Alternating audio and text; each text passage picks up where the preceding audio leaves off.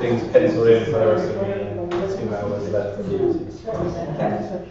She said, oh yeah, this is like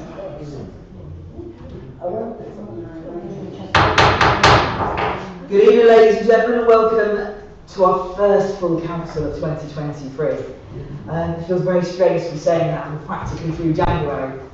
Thank you all for coming out on a cold, bitter January evening. And I appreciate you all coming out today. It's another packed agenda.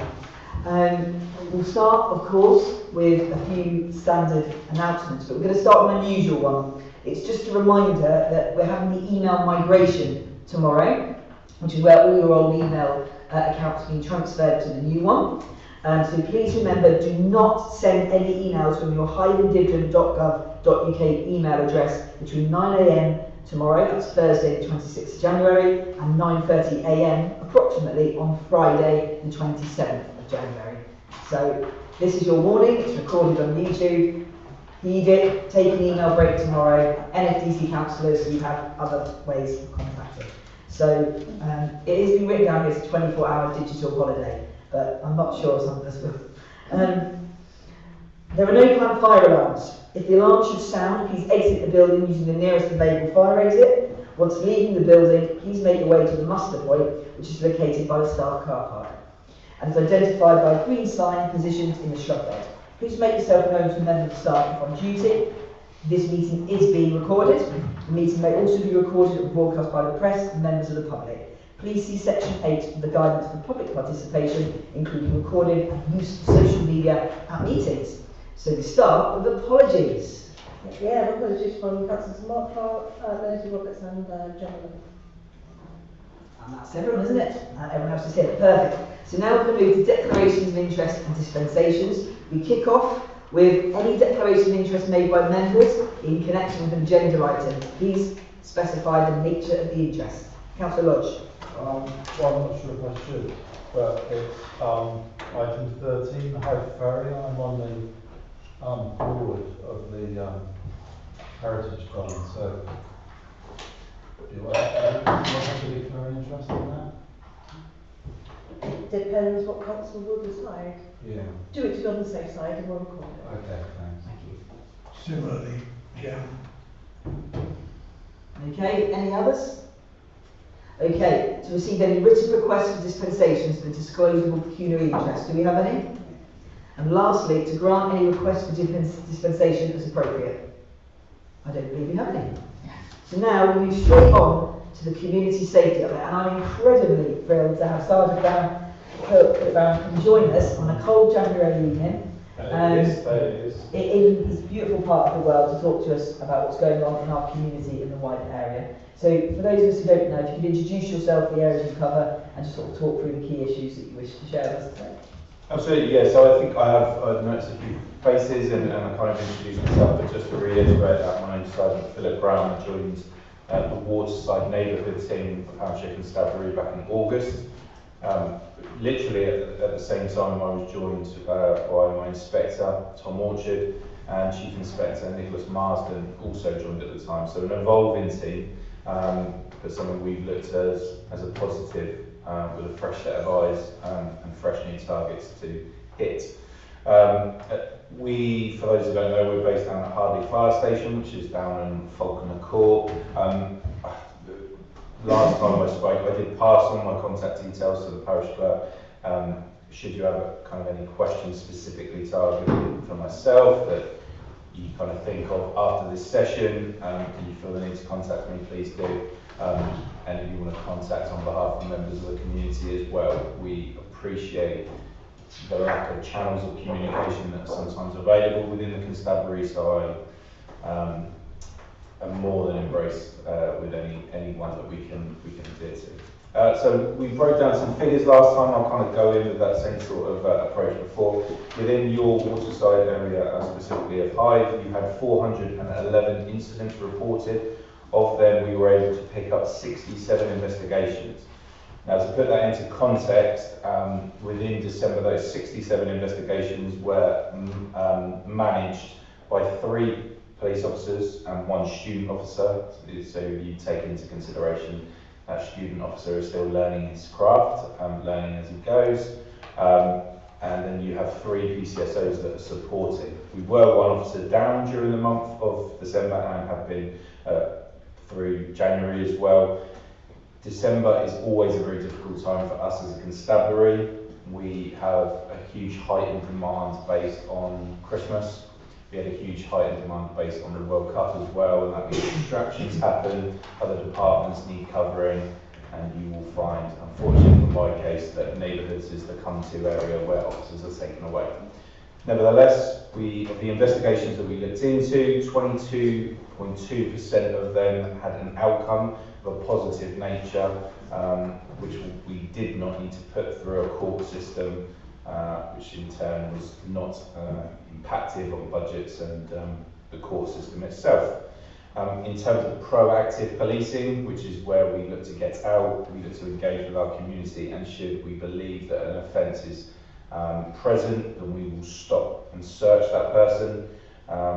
We are able to make 28.57% of those, so just a little under a third, resulting in a positive outcome in some way, shape or form.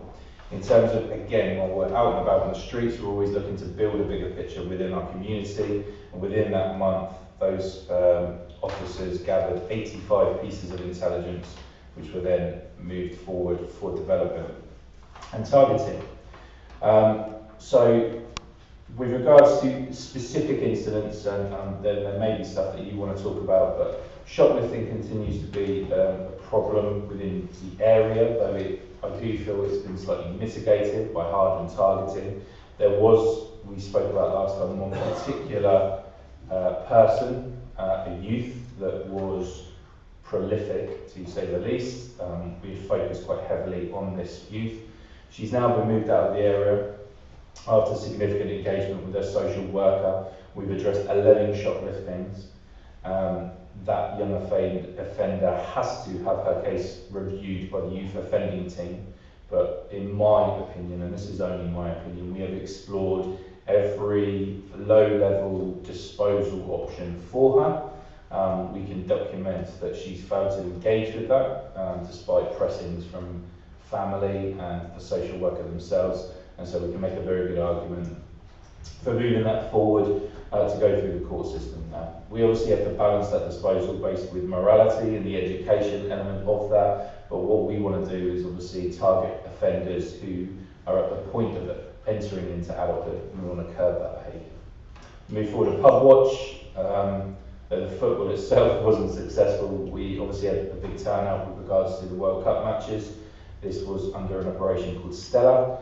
Regular patrols were actioned in line with the World Cup, specifically the football matches that involved England or the home nations, and then that was then moved forward into Christmas party season. So we made sure the public scheme, the attached protocols with that were reiterated by our single points of contact with your local landlords and bar staff.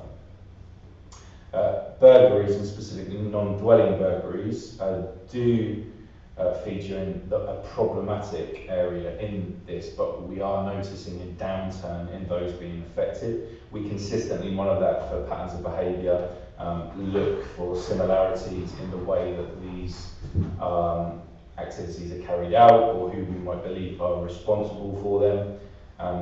But from a neighbourhoods perspective, we predominantly focus on situations where investigative lines of inquiry are deemed not possible, therefore there is not an officer in case attached. But we are fully aware, or I am fully aware, even from personal experience, that it is one of the, if not the most intrusive of crimes that a family, a home unit could experience, and there is a level of emotional support that is needed for that. So we always try and identify any victims where we think that support is needed. We will soon be gathering, putting together some community events which we've linked in with an operation called Stall, where non-dwelling breaks are being carried out by a very well organised OCG and organised crime group. But one way that's been countered that is use of I'm going to get this right because I've never heard of this machine before, a dot-preen machine, which is a machine that personalises possessions. Predominantly you're looking at bikes, tools, etc. The sort of items you would find in your garden sheds or your garages. So we'll be looking to put things out through social media, local community groups, to bring people into the awareness that we will do that service for them. We touched on it very briefly, I think it was in its infancy when I was last here, the Forley protests. With regards to that, it was a daily assessment that needed to take place based on the numbers, which fluctuated based on those that were turning out from the unions and the workers that wanted to protest on that particular day. We had to also, from our perspective as a team, consistently assess community impact. I'm happy to say that, in my opinion, I believe community impact was kept at a minimal, and that was due to quick addressing of the problem and strong use of our PSUs. So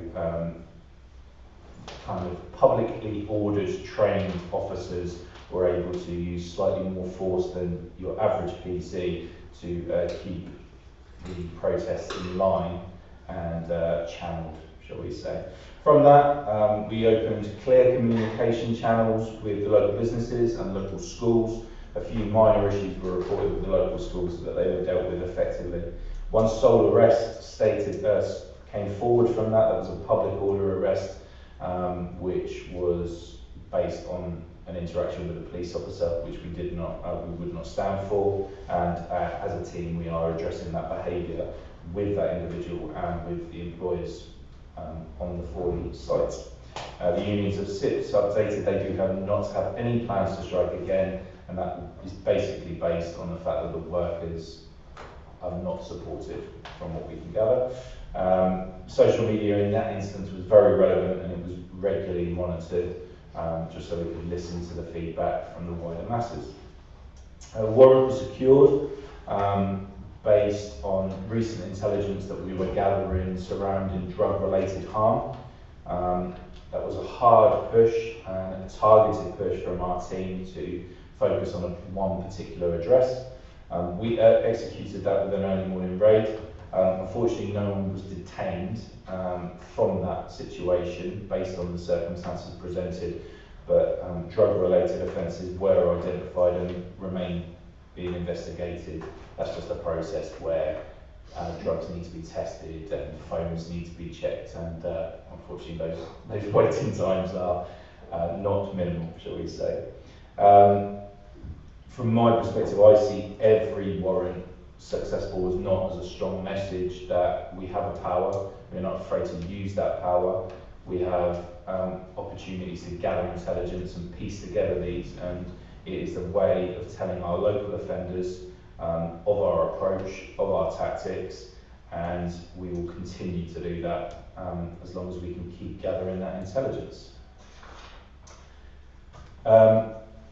Based on that, we are trying to broaden our team. I am delighted to say that we have a new officer that's joined our team. He will predominantly be based in what is referred to as the heart sector, so he will focus on any crime in Brockenhurst and Bewley. However, what we have done, or what I have asked of this officer, is that we realign what his focus is. We look at those stats earlier, 411 incidents in 1 month. though I don't have the figure available in it, and I wouldn't give it out even if I did, but it's significantly higher than Julian Brockenhurst. I think in modern day policing, with a modern day approach, we are not able to facilitate your local bobby on the beat, your local point of contact that only you have access to within your community. A message has been sent to local parish councils like yourself within that area. He will be a point of contact, but he will not be exclusive to them. So I'm happy to say that he will come across and support our waterside team. He's only recently just joined, so but hopefully that will boost our numbers and just allow that little bit of extra flexibility. I have the ACSO's reports here. They continue to do sterling work, and we're forever grateful for their work within the ASB sector. There is clearly a problem, and I'm sure it's something that somebody was going to bring up if I didn't. Within the youth of our local area at the moment, it is something that we are specifically targeting. We have to work within the confines of our rotas and our available time, but we try to manipulate timings and commitments so we can know and target areas. What I refer to there is, in terms of probability, it is highly unlikely that there will be many situations reported tonight, as opposed to the sort of situations that will be reported on Friday and Saturdays. So we try and orchestrate our timings around that. There has been a particular rise. We are aware of children that are being involved in this. We are in cohesion with, if they have them, social workers, but notably the schools, to quickly identify offenders where we have available evidence. So where we have CCTV or we utilise ring doorbells, we are targeting that. We are specifically looking at antisocial behaviour reports that may have been filed, much like burglaries, and looking at the emotional impact and a general annoyance factor for people, just to document that and reopen those cases before the problem kind of spikes too high. So we want to kind of listen to that voice of the community. And that leads me on to my final point. I kind of, as a kind of lead with my assessment, and we did a few community events towards the end of the year, and I think I spoke about the importance of people having the opportunity to regularly speak with police officers. I don't feel that there are enough of them, and so I want to target that. So with regards to the reviews that I've done with each of my members of the team, they have specifically been asked to highlight 1 to 2 beat surgeries that they can run, which has a fixed time and a fixed location every month. I want to be able to put out on social media, posting boards, local community groups that at certain times and certain places our officers are contactable, because I feel that we have a lot of information, a lot of intelligence that is not coming forward because we're not giving people the opportunities. And I think the lady at the back there kind of raised how daunting reporting down the telephone or over email can be for people. We need to get back to getting opportunities for face-to-face interaction, and those that will be minimal, we need to take any opportunity we can. I've babbled on for far too long, so I welcome any questions should anybody have any. Welcome any questions. Never said that to Council. So Malcolm's got his hand up. Is anyone else also interested in having a question? Okay, Malcolm, Alan, Sean. First of all, Simon, I'd like to thank you for the work you and your team do in that area. You're very welcome. The reports that you bring, very informative, and certainly show the sort of things that are going on. The question I've got is first of all, I wanted to look at the crime figures for the New Forest for last year. And I want to thank Inspector Orchard, because I wrote to him and he told me where to get them. Okay. I want them for use in another chamber. But when I looked at them, and I haven't committed them all to memory, but it gave each area like Hart, Hythe, Tottenham. Tottenham and Hythe are vying for top of the league for the most crime. Obviously, the New Forest Hart was really the lowest, but we were much higher than areas like New Milton and Ringwood, which previously were approximately more aligned. The question, and they were higher than 2020, which is last figures that went area to look at. What sort of crime is it that we are facing more? Is it that more antisocial and spiritual behaviour? Is it more burglaries? Is there sort of feeling? I mean, if you can't answer that, I get that, because it's perhaps not quite a straightforward question. But what is the increase? And why are we more here than other halves of forest? Sorry, say that last bit again? What we seem to be, we've got more crime on the water side than on the west of the forest, in Greenwood, places like that, and not, because there are areas, that's the way you call it. What the issues? It could be a number of things. I can't say that I see a specific rise in certain areas. We talked about trends there with regards to antisocial behaviour and theft and burglaries. If you take your point there about the other side of the forest, and somewhere like Ringwood, for example, is having a huge spike in non-dwelling burglaries, which is why I refer to that kind of operation, which we have named Stall. I think there is a switch in pace from us as a constabulary in the way that we crime things and acknowledge things. So I don't know, but it could very much be the case that those offences were always happening, but we weren't not recording them or acknowledging them. I have to be honest, in my time that I've been here, I've not seen one particular offence that I would state as a sector priority. I've found that individuals have had spikes, and we talked about the youth there, and there's a couple of people that kind of operated, granted, out of your patch.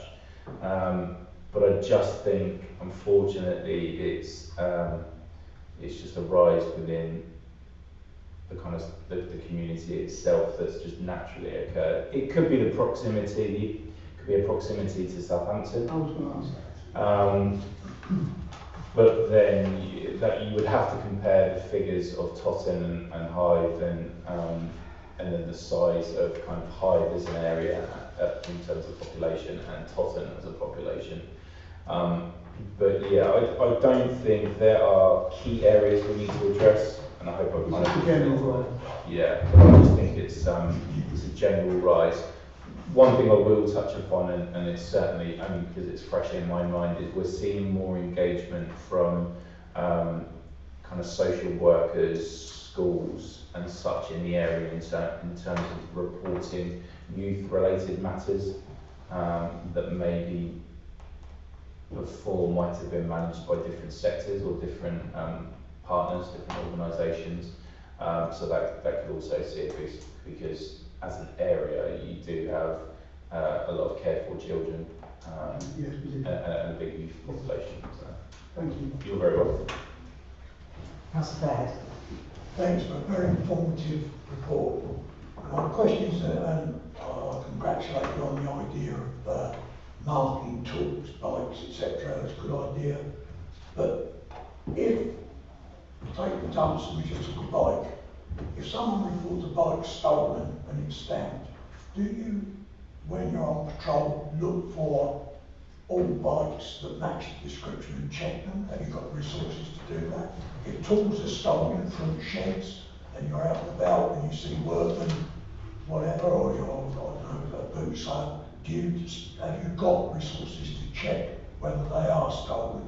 Yeah, so I think the idea around it, and as good an idea as it is, I wish I could take credit for it. It has come from someone else, but the idea is that the first point of contact was marking those items, and then we then have the opportunity to record that. Obviously, you wouldn't record it on our system if it's not yet stolen, but then we can add an item, a possession, onto a person's profile, onto an address profile, and then we can put in key details. So, for example, your mobile phone, we would ask for the IMEI number, any kind of serial numbers, the telephone, a description of that. There's various different boxes that are recorded.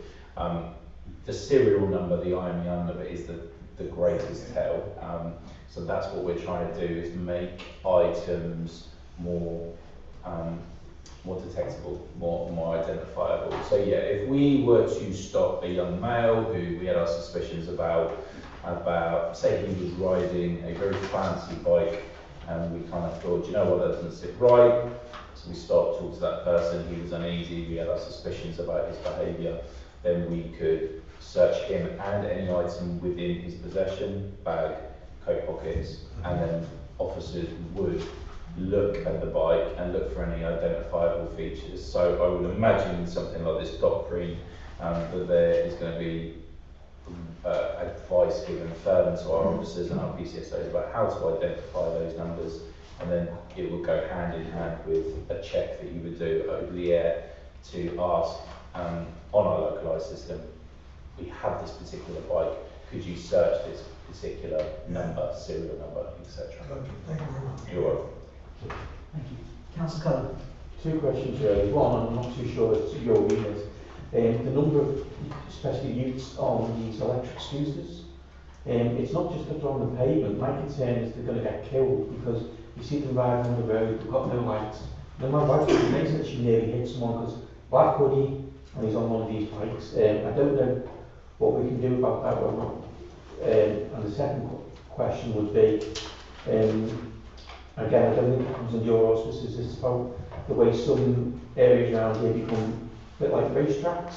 I mean, I know Lower Mullins Lane, I think you try and reenact Tokyo Drift there on a regular basis.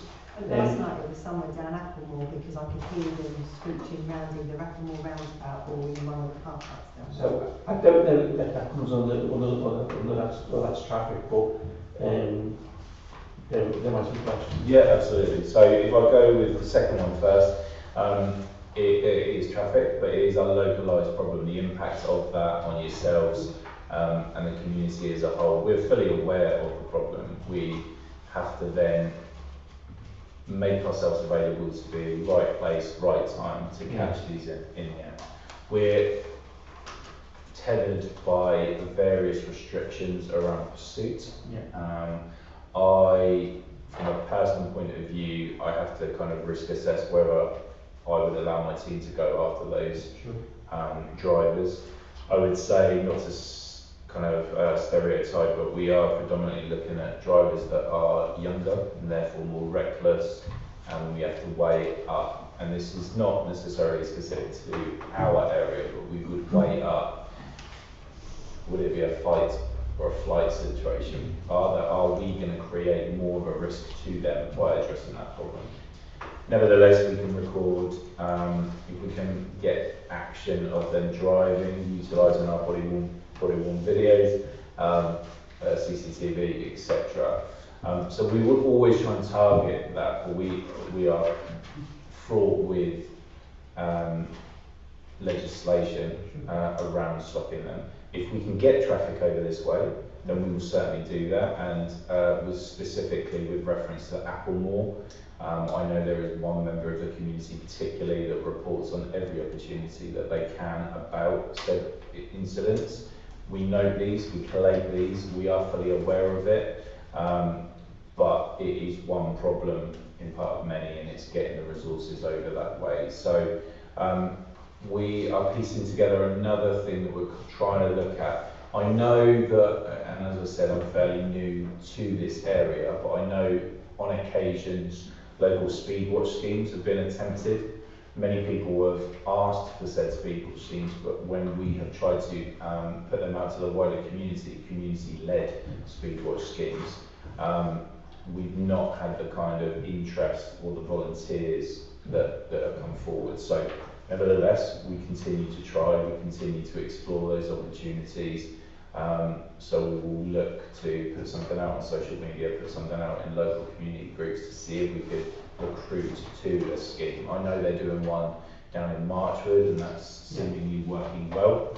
And I know that some work is going to be done by the new officer I made reference to in Bewley, Brockenhurst specifically, because I know they're very keen for one as well. So it is something we're looking at. It is something we monitor. And I don't really want it to be a cop-out answer, but we have to work within the confines of our legislations. Your first question about the e-scooters, a really difficult area. The legislation isn't always clear. It is cloudy, and it does change. I know that as a force we looked to address the rules and regulations, particularly with the young people using e-scooters through the schooling system. That was pre me coming onto a neighbourhood team. That was when I was in a different role, so I am not aware of how thorough that was, or nor how that was integrated within this area. But I'll mark it up, I'll look into it, and we always try and, I believe you target on maths if you can about education, and the schools are the best way to do that. So we talked, I don't know if you remember last time, about knife crime, and we had County Line Drugs Awareness Week.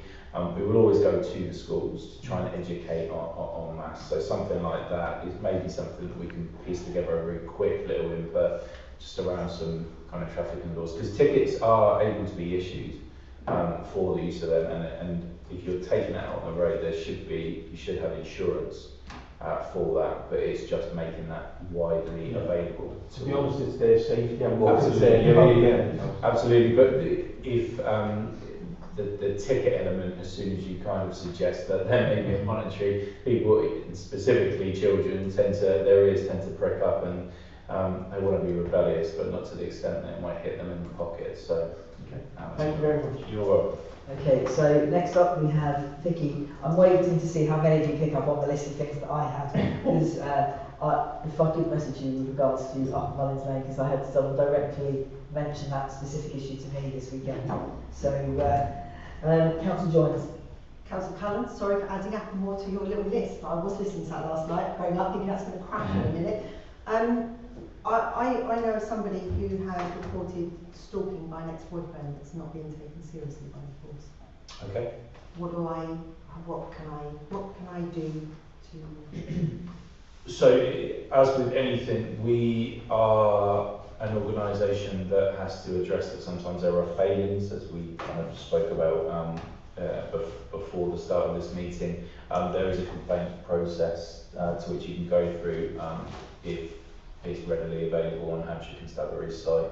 So you can kind of raise any grievance, and then the officer in case or their supervising officer would be located, and someone would do a review not attached to their case as to whether they believe that the job had been properly looked into.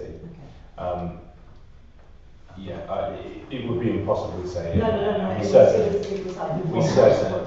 wouldn't go through it here. So it's not something that probably would have fallen on my doorstep.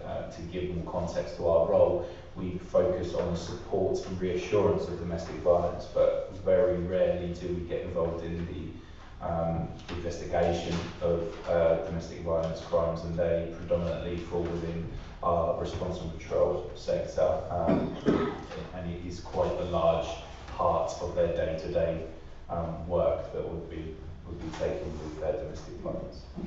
Okay. Councillor Ball. Yeah, my question may be something you want to answer next time we see you. I just want to know how the recruitment is really going. Do you feel you're actually getting many people come forward to train as policemen, as we hope they would? I know a couple of people that are trying to get taken on as trainees, but they're finding they're getting turned down repeatedly.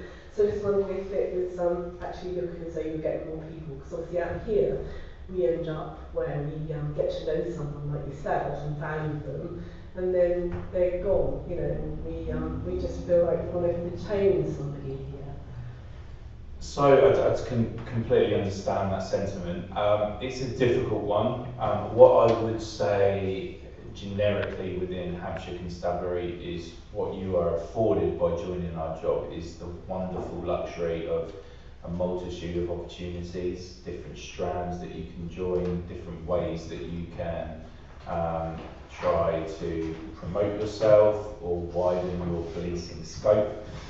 So it is not uncommon for officers to stay in an area for 3 to 5 years, for example, and then look to challenge themselves with something different. In terms of recruiting, I speak more from reference from when I worked in Southampton. the recruitment for Hampshire was huge, and certainly we've recruited many a student officer, and that includes all kinds of different demographics, ages, sex, kind of religious backgrounds.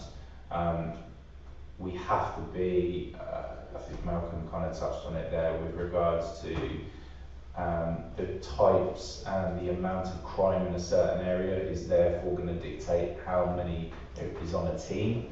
The smaller the team, the less new recruits you're going to have added to that. So for example, I mentioned that we've had one student officer join our team in the 5 months that I've been here. I would suggest that that would probably be nearer to maybe 5 in Southampton. So 5 per team, that is, in Southampton. So the numbers are merely being distributed as where and how the crime and the numbers necessitate. We used to have a very good police station in Hythe, and a lot of people, reminisce about it and remember how good it was to be able to just run in, to the police station with various things. So thank you. You're quite right, and I completely can understand that sentiment. It is something that we hear more than anybody in terms of neighbourhood policing, because that's the nature of the beast. But that's something far out of our hands, and we have. Good to get your surgeries going. Yes, absolutely. I hope so. Thank you, sir. So I'll just have a few questions, if that's okay. Did anyone else have any questions before I ask a few? Maureen, Sandra? Okay. So you mentioned figures of 411 at the beginning of your presentation. That's solely for the parish of Hythe and Dibden. Yes. Is that correct? Yeah. And that was for December? That was the last 31 days. 31 days. So do you see that by nature reflected of those last 31 days? We're talking Christmas, more Christmas parties, a Winter World Cup on, and the unfortunate result. And do we see that looking like it's dropping in January and into February? Yeah, so you can't always predict spikes, but as a whole, you always see rise in crime and incident. I think the main thing to take from that is it's 411 incidents, not 411 crimes.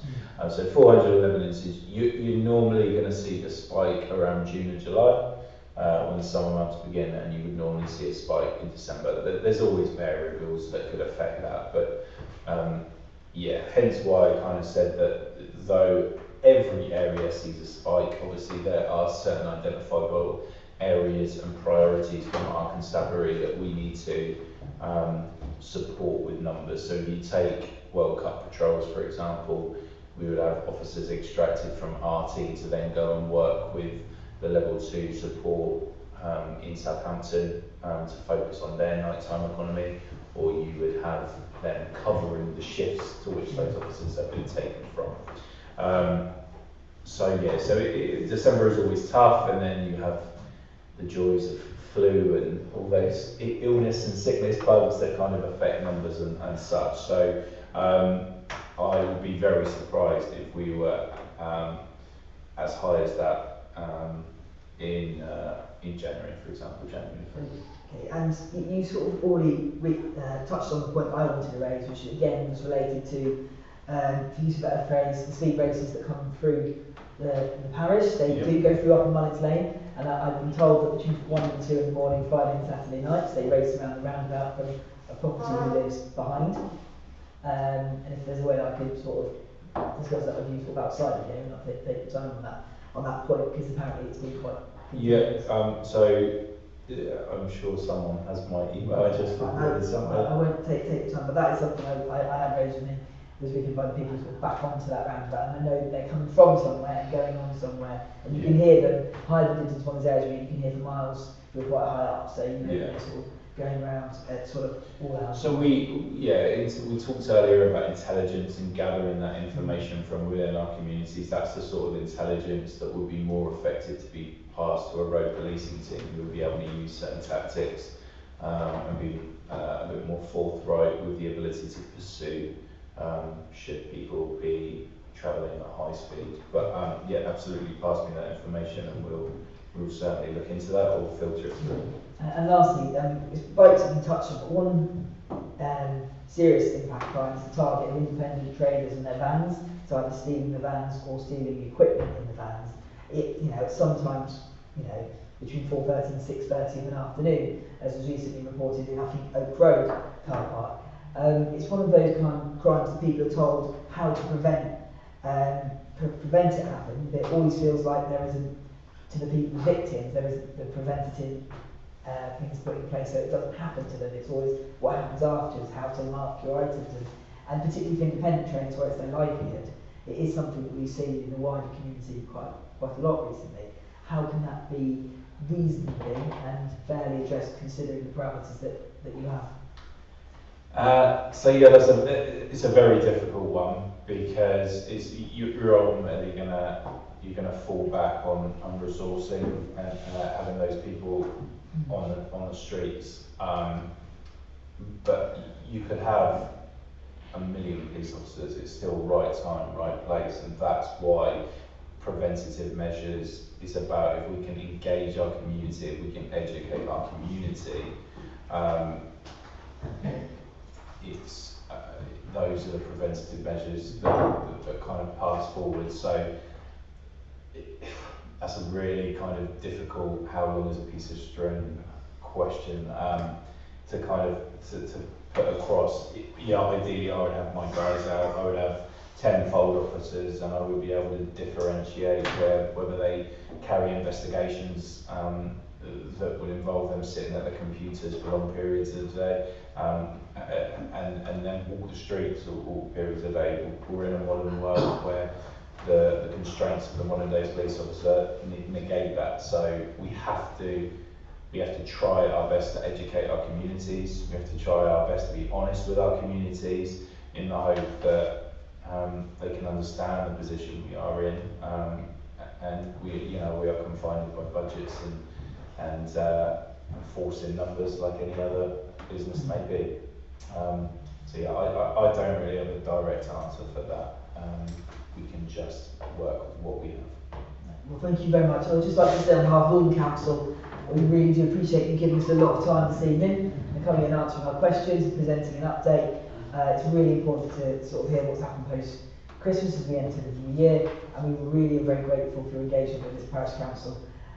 Sergeant Brown, obviously the default is if you stay for the rest of the meeting, but feel free to go. Yeah, unfortunately, there are a few little things. This is my last day, and then I get a couple of days off. So, as with the end of any set, I always like to tie up any loose ends. So, it would be wrong of me not to go and address that. But love to see you all, and any opportunity that myself or Inspector Orchard can make meetings, we will always try, and that goes for anyone in other areas within this waterside area. So you have my email, contact details, feel free to. Thank you very much. I really appreciate it. You're very welcome. Thank you. All the best, thank you. Yeah, thank you very much. I hope you didn't have to go over the refugee flag on the way. Not yet. All the best. Thank you very much. So, just very quickly looking at the ACSO's report. We all had an opportunity to have a look at it. It's encouraging, good proactive work, but it is notable how there's some key areas that have changed and are missing from where we were a year ago. I don't see Beechwood Pond, I don't see Orchard play areas or Nosewood play areas. So it's interesting how different areas are being focused on, but obviously the work has been done elsewhere as well by the team. So it is encouraging in there, but obviously the issues at Howard Oliver House in particular are still ongoing, which is disappointing. But it was encouraging to hear the positive words used about our ACSO service point inspector at the site. So that is for noting. We're now going to move on to the minutes from November's meeting. November's meeting held on the 23rd of November 2022. Is it appropriate for me to go through this even though I wasn't in attendance, or should we? No, you're chairman. That's fine. Okay, thank you. So I'd like to go through page by page to make sure they're a fair reflection of the meeting. And I will draw your attention to a point on the discussion on Valley D on the final page to clarify. Okay? So we'll go page 7. Any issues, please raise your hand. Page 8. Page 9. Page 10. And lastly, page 11. And I'd like to draw your attention to point C, which was delegate authority to the clerk to commission a CCTV survey of the pipe, subject to receiving 8 out of 10 affirmative responses to the residents' letters to be sent shortly. I would like clarification that 8 out of 10 was the figure that we agreed on at the end of that meeting, or if anyone has a different recollection. Is that fair? Yeah. Agreed. Does anyone believe that's an incorrect reading of the meeting? Okay? Yeah. So can I... So just checking, because there are a lot of people talking at the same time, and it's best to get, because these are a legal document, these minutes. My understanding was that we went from 9 to 8 because due to the health conditions of some So it's 8 out of 10. Yeah. So can I have a proposal for the minutes, please? Yeah. All in favour? Yeah. Thank you very much. So approved, and we'll sign at the end of the meeting. We now move on to Chairman's announcements. And It's great.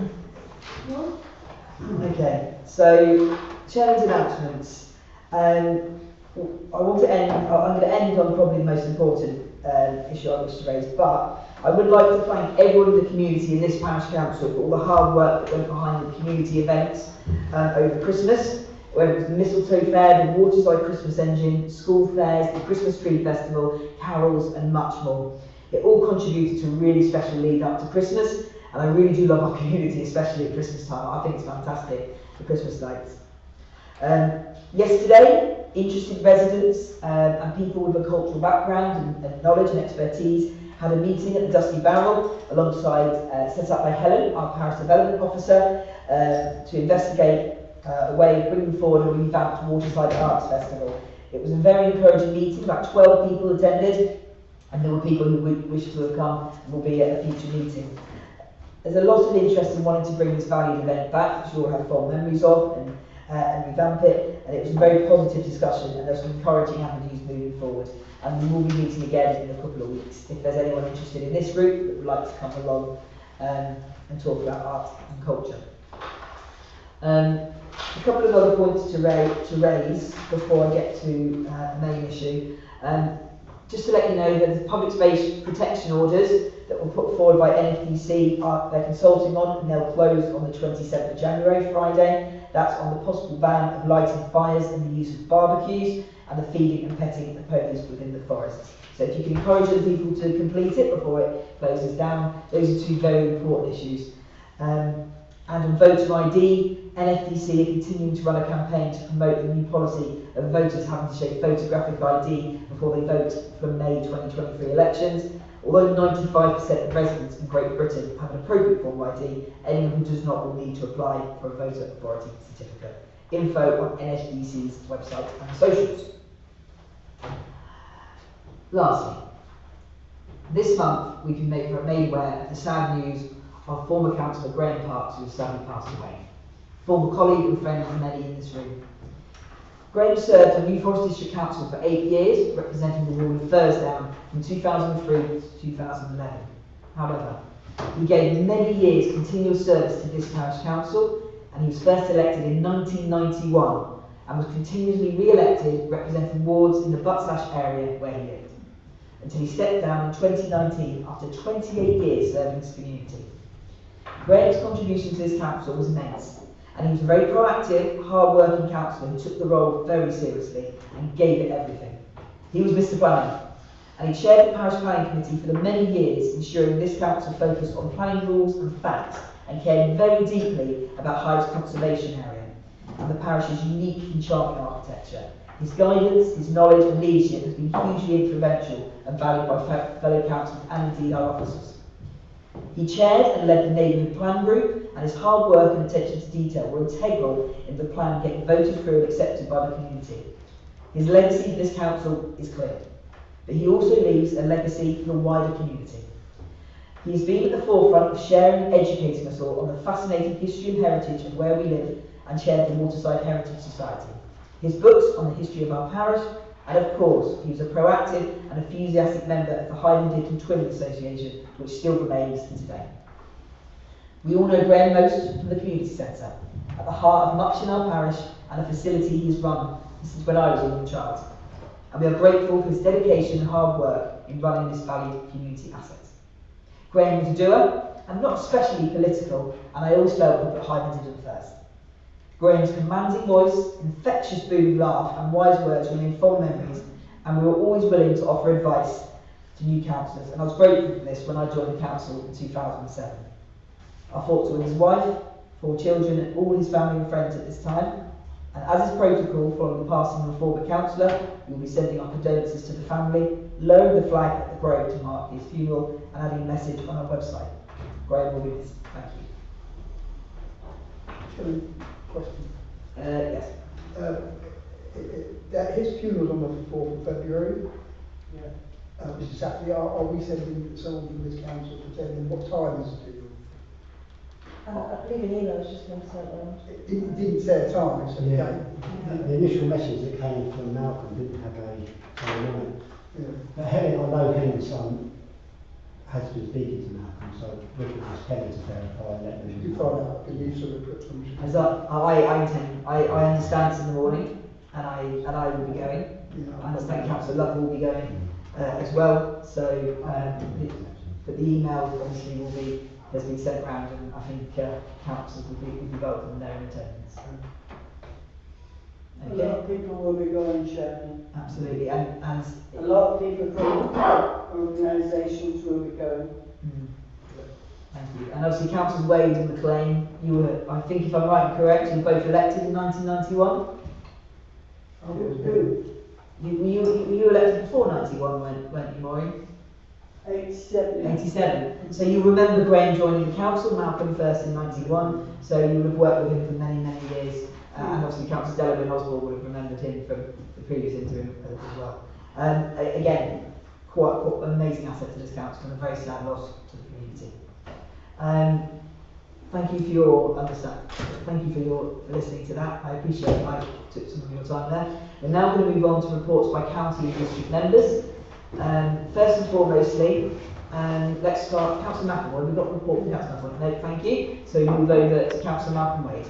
Thank you, Chairman. It's been a busy start to 2023 as the challenges facing local government in relation to funding, social care in particular, mean there is an uncertain future unless government puts in place proper funding support for local services.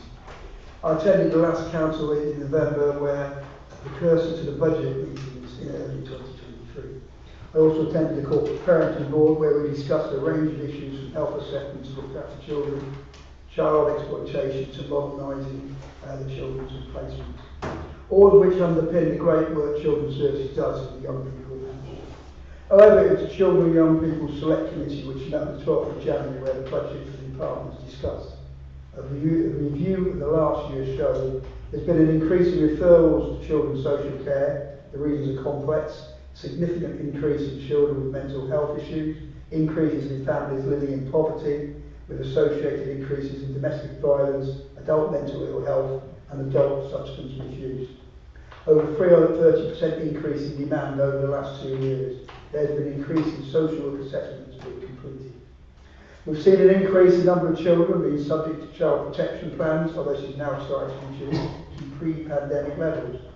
Despite the above, the numbers of children coming into care has largely plateaued, nationally a 5% increase. Our HCC's transformation practice models remain highly effective.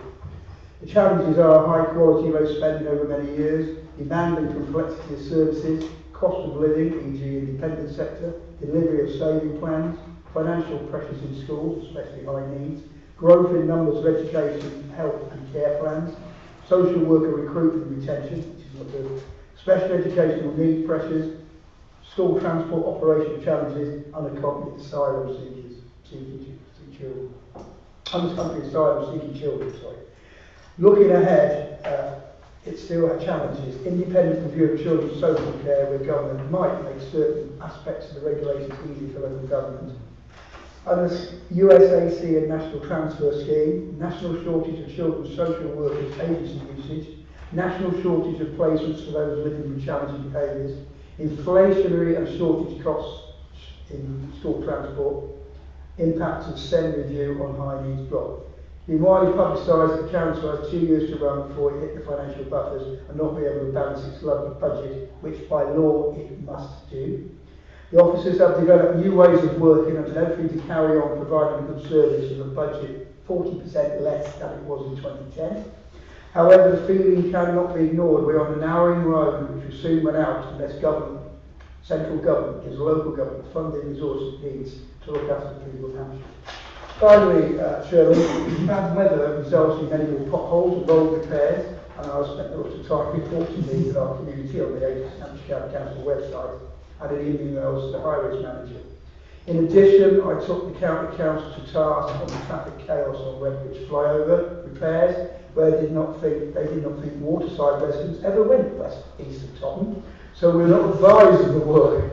Needless to say, they were not going to make that mistake again, and they've been forwarded me more information as a result. I'll email it to you. Thank you very much, Michael. I think that the comment that was areas impacted was the one that triggered a lot of people right in our community, as it's the only road in and out.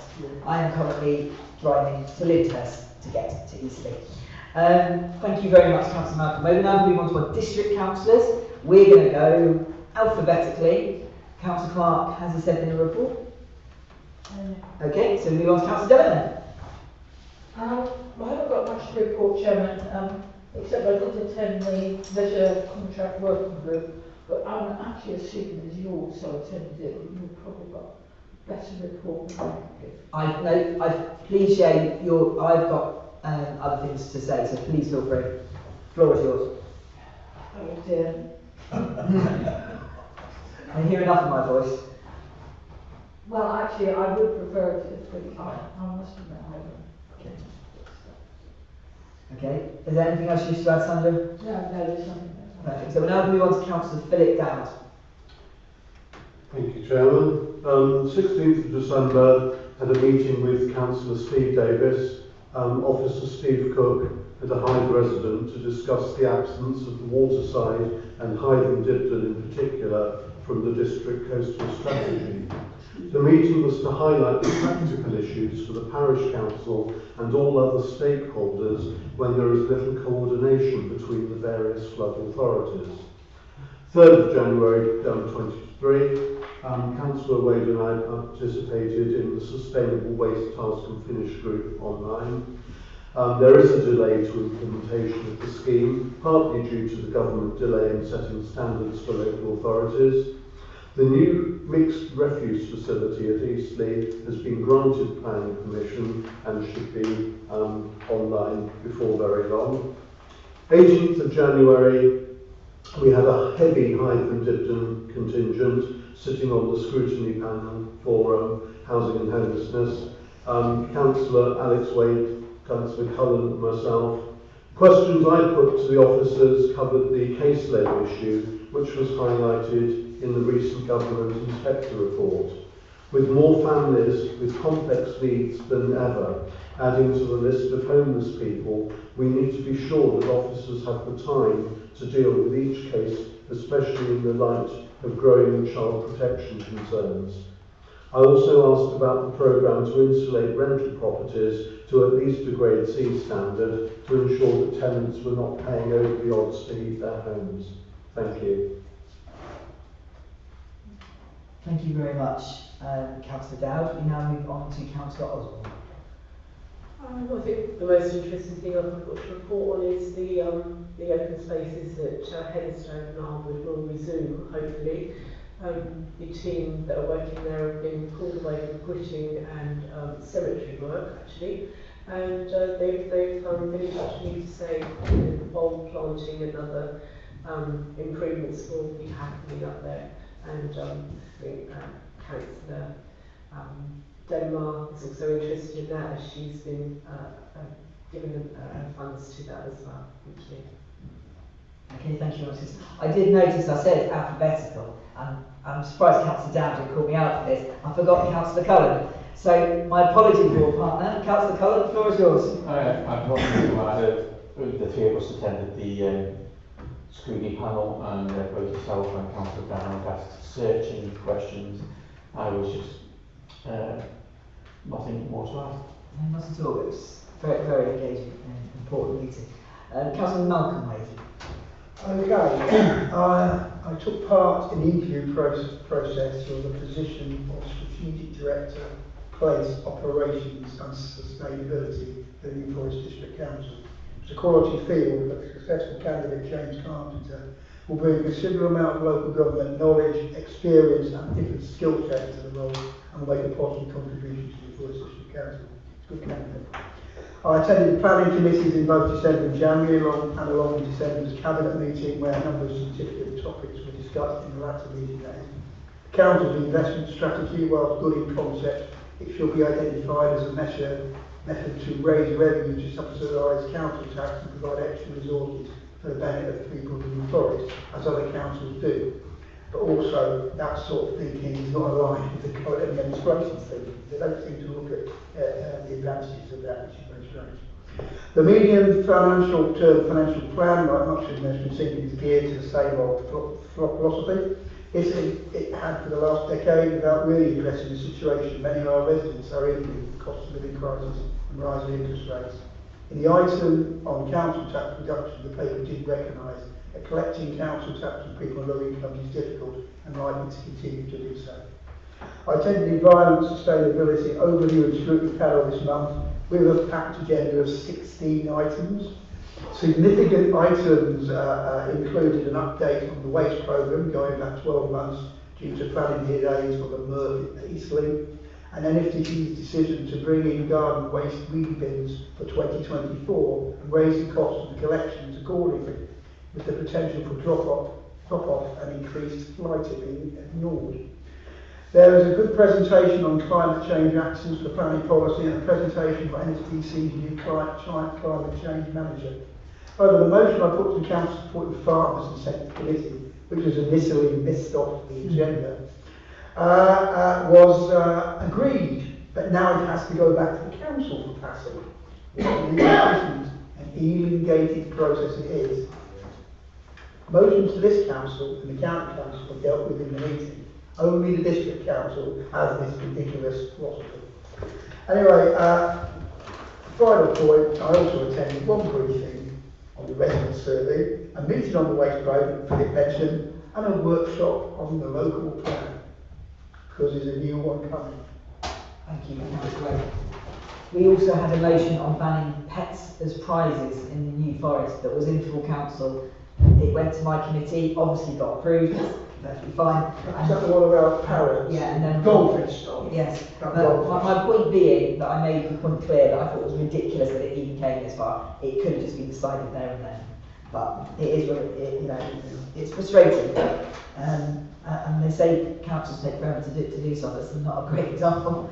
In full council in December, I attended and I asked the portfolio holder for housing at December's council meeting to advise how many residents and families we have registered as homeless and those in temporary accommodations, and how many have raised concerns about the state of those and condition of the temporary accommodation provided, following feedback and casework that I had.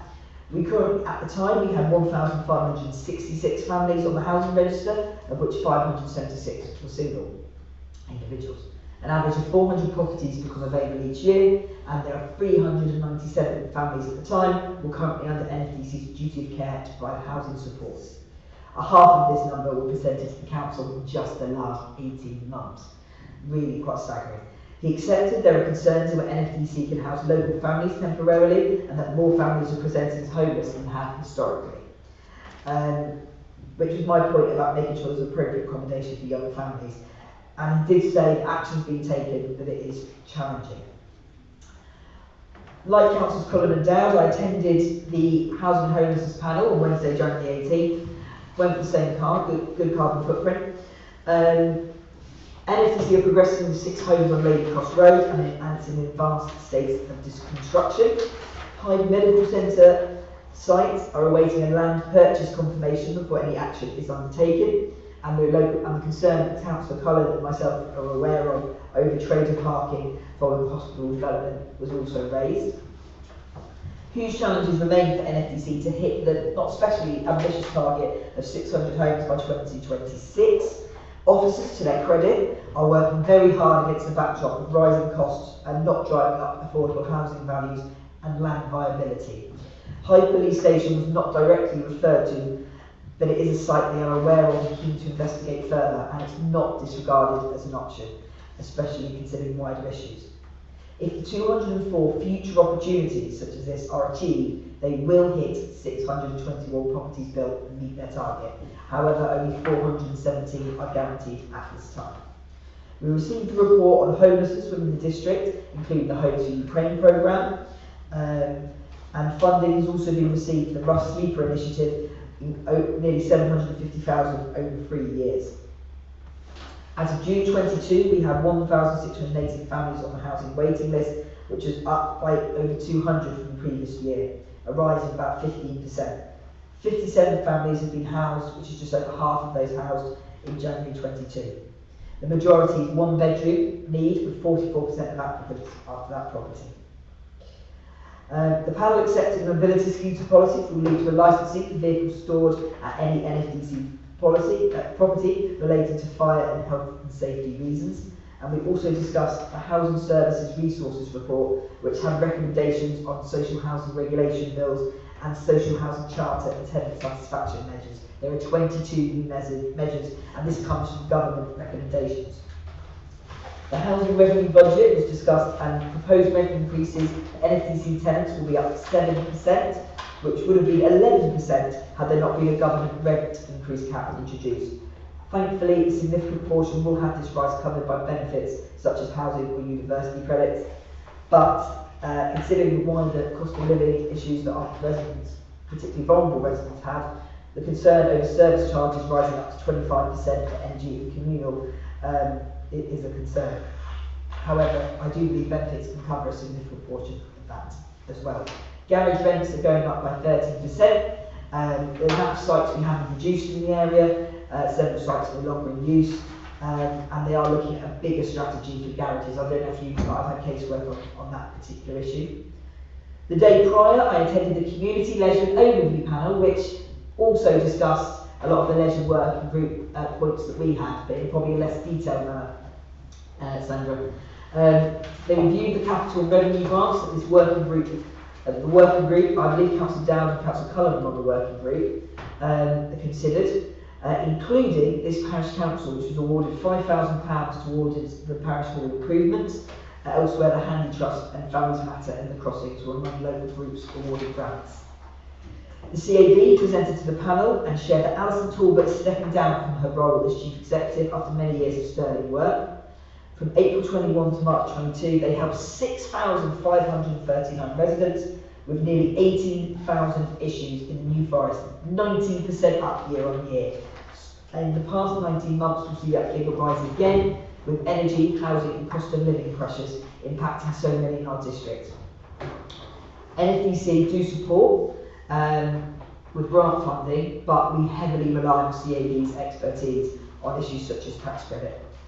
Safe New Forest Partnership presented, and again we talked about bike safety, targeting of trade vehicles, additional CCTV and antisocial behaviour in NFDC housing. These are the core issues that we hear from residents. I did reference Oak Road Car Park again, I'm sure Councillor Osborne will be pleased to hear. And I understand leisure centres are looking at bike cages and appropriate storage. We had a presentation on the outsourced contracts with Dibden Golf Centre and leisure centres. Although we did the leisure working group the day before, there are encouraging signs with the golf club, with numbers from casual golfers and events in the bar going up. Although I did challenge the lack of effective engagement with the surrounding community to bring new golfers of all ages. Frustratingly, the NFTC's ruling group, I would say the Conservative group, continue to paint Freedom's management of the leisure centres in only a positive light. The reality is the feedback I'm receiving by centre users, and especially parents and young customers in Swim Academy, has not been very good. It's been quite poor in places. The staff made only positive, consistent feedback, but it feels, despite sympathetic discussions at times, the issues have not been taken on board. I have repeatedly pushed the topic of pool temperatures in the learner pool, which eventually were taken on board, but it felt like the panel did not take this seriously enough when we were talking about it last Tuesday. There are continuing issues with broken equipment in the gym. Councillor Dowd shared some with me recently. State of the changing rooms in the Swim Academy system. It's disappointing for a facility that we rely on in our community, and learning to swim is not a luxury. It will save your life one day. And irrelevant with official guidelines, so many parents have raised how cold it is for their little ones learning to swim. Membership skills trail pre-COVID performance by 6%, and they're massively impacted by utility costs, as I'm sure we can understand.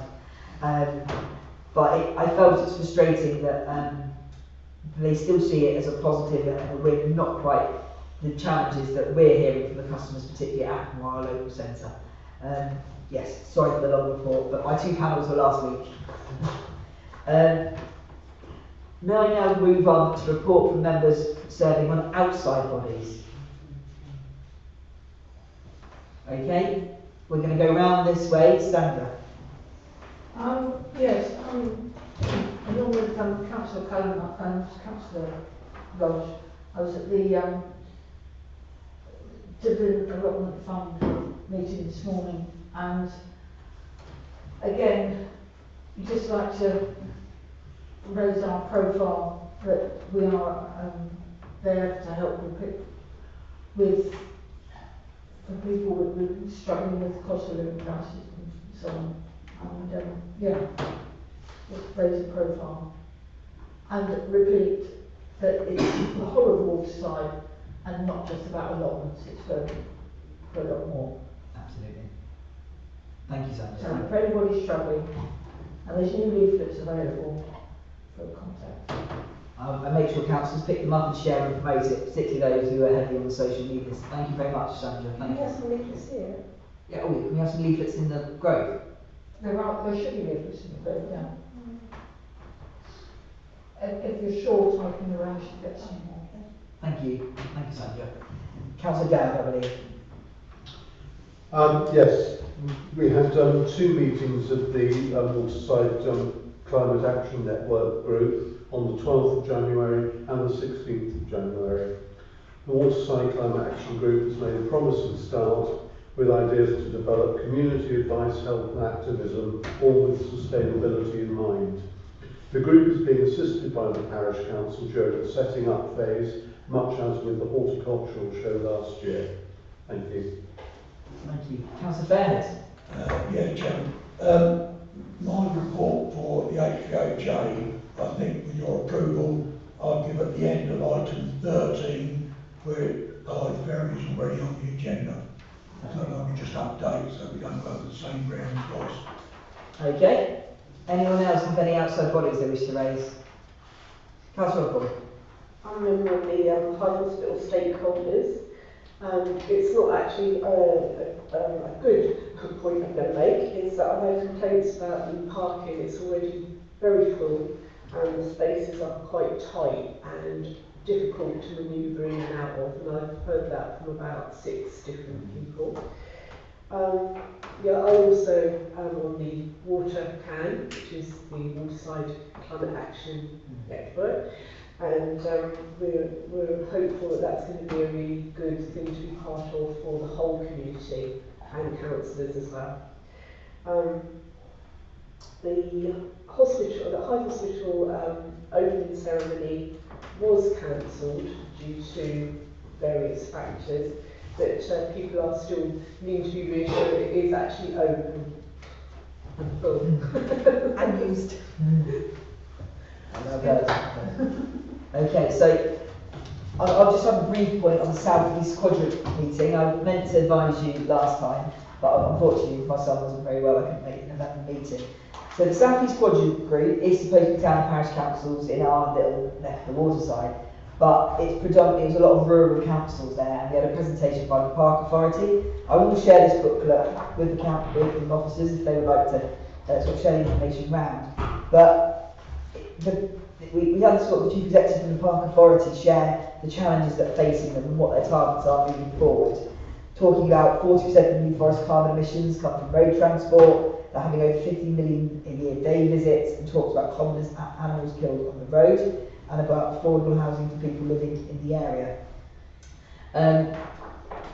They also share about a shared vision. They talked about facilities, heritage, enhancing the value of the forest. The frustrating thing for myself was that when you look at these challenges about Hythe Forest, a lot of people seem very protectionist and about moving people from this area, limiting tourism. But a lot of our independent businesses and our cafes and our shops rely on the tourist trade, and we need affordable transport and not just a bus that takes you around in the summer months.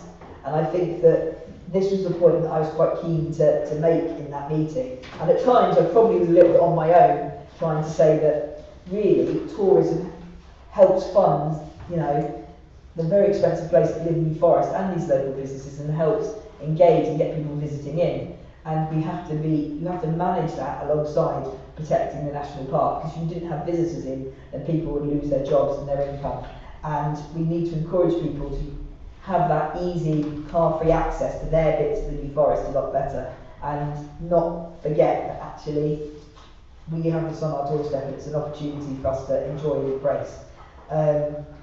They're struggling with finance like anyone else, so a lot of the ideas about partnership working, but I do have concerns about how some of the groups in there were very much, okay, I want to stop this group of people utilising it or move it over here.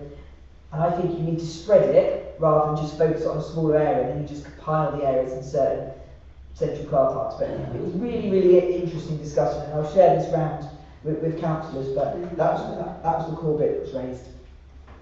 Okay? And thank you very much, councillors. You're doing a lot of great work on a lot of outside bodies, and it's not and doesn't even cover all the hard work that you're all doing. We now move on to public forum. Do we have any written questions? Okay, and there are no electors in the meeting today. Okay, so we now move on to questions. Councillors to take brief questions from councillors. Now I've got 3 hands up, but Councillor McLean hasn't spoken. It's Councillor McLean to start. Yeah, could I just ask you, Chairman, you mentioned something about the Waterside Arts Festival meeting. I knew nothing at all about it. So could you tell me when the next meeting is? Because I was a big part of it when it was going, and we were earning money and stuff, right? Yes, so the meeting was advertised, to be fair, it was advertised on social media, and excuse me? It was advertised on social media. I don't do social media. Hence why, and it was going out to the wider community. We're meeting at, I believe, the Dusty Barrel on Tuesday, February the 7th. February 7th? Yes. Dusty I Barrel. can ask Helen to send you an invite. Yeah, well, you don't need to tell her to do that. I'll phone her and ask her why she didn't invite me. And that invite goes out to all councillors as well. The Dusty Barrel was a very good venue. It was a bit upstairs and you need a pole to get up there. No, we did go upstairs actually. It was quite a good turnout at the end. But yes, so there you go. We appreciate not everyone can make every meeting, but it was a very informative meeting. But you're absolutely welcome to join us, Maureen. Okay? Thank you. Anyone else? Oh, Philip was next. Two things then. I mean, I'm disappointed. It's yet again it's another Tuesday, which I can't do. So I'll have to send my apologies. The question is the chairman aware that the district council hasn't actually voted on the community grants, which is why I didn't mention it in my district council report. So the grants review body simply makes a recommendation to council, and it's for full council to agree those recommendations or not. So I think we've got to be careful for the record that that isn't set in stone. That's for council to agree in due course. Thank you. Yeah, Councillor Downey is right. It goes to the relevant panel first to approve and make any recommendations or challenge back. It's doubtful that it won't approve the panel's recommendations, but it can. Councillor Downey is absolutely right. Everything has to be approved by full council. So, yes. So, added point to my comment is that it goes to full council for full approval. And Philip is absolutely right to raise that. Thank you, Philip. Apologies for missing that point out. Malcolm. Just a quick one. Is the chairman aware that someone has taken out half the level crossing at Shore Road? And do we know actually how that happened? It was last Friday night. Was it? I didn't see it or hear it, but I saw it Saturday morning. Yeah, it literally, it must have been a substantial vehicle to do that. It literally is Is that on the area. Is that on top of the flattened one at Bucktash by NEU? In addition? Well, this is on the Shore Road. Well, there's one that I shared with you about NEU as well. No, that's not to do that. This is to do with a very We'll large. make sure it's reported again. We'll find out. Oh, We'll find out that it's been reported. yeah, thank you. Okay, anything else, Councillor Bates? Councillor Osborne. Oh, is the chairman aware that we still get inquiries about people who want to be able to come here to deal with their NFDC problems? And I don't believe that anything's happened yet to increase the hours that we've got here with our officer available. As a district councillor, you and me both know that it remains a battle we fight with the community's cabinet portfolio holder and what their future plans are, and that's where we probably have to take the fight.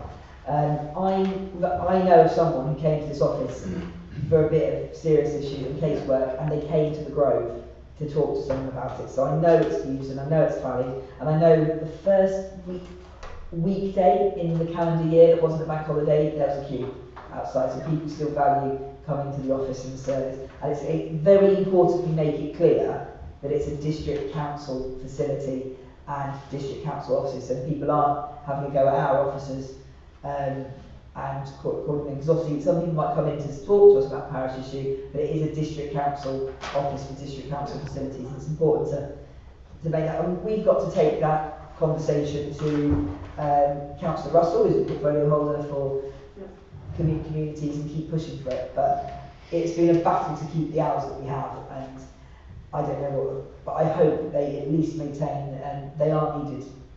Well, we've just a very serious case come up this week, and the help that was here wasn't quite professional enough, really. Well, that's feedback you take back to the relevant officer at NFDC and Councillor Russell, whoever is covering in that role until the new. When do they start, Malcolm? Because obviously the officer who will cover that is the one that you're on the recruitment board for. So I'm not sure that actually he covers that. Okay, that's fine. So we can find out the relevant. He doesn't start till March. Okay, so we'll have to find the interim officer who is covering in the absence of Chris Noble is the interim. Okay, Chris Noble. He's standing in that role before the guy arrives. Okay, Steph, so you can raise that feedback to Chris Noble. It's very important feedback. Thank you. Any other councillors and anything else they wish to raise? Perfect. So we're going to move on now to item 10, Parish Hall, SIL funding recommendations in the GPF committee. So, following a detailed update on roof works and the boiler replacement investigations at the Parish Hall, GP&F agreed to recommend to Council the following SIL funding suggestion for the boiler/glazing. Current SIL funding of £77,614, and of that, the following is earmarked for Prospect Place repairs, £39,919, £12,665 for the workshop refurbishment, and £4,000 for the parish hall roof. So proposed, Chairman. So, just to let you know, there's available SIL funding of £21,000, which some needs to be diverted to the workshop project if a tender shortfall and remain for the parish hall works to supplement it. Is there anything to add to this, Sean? Yes, we need to comment on NB 1 and 2. Okay. That's important.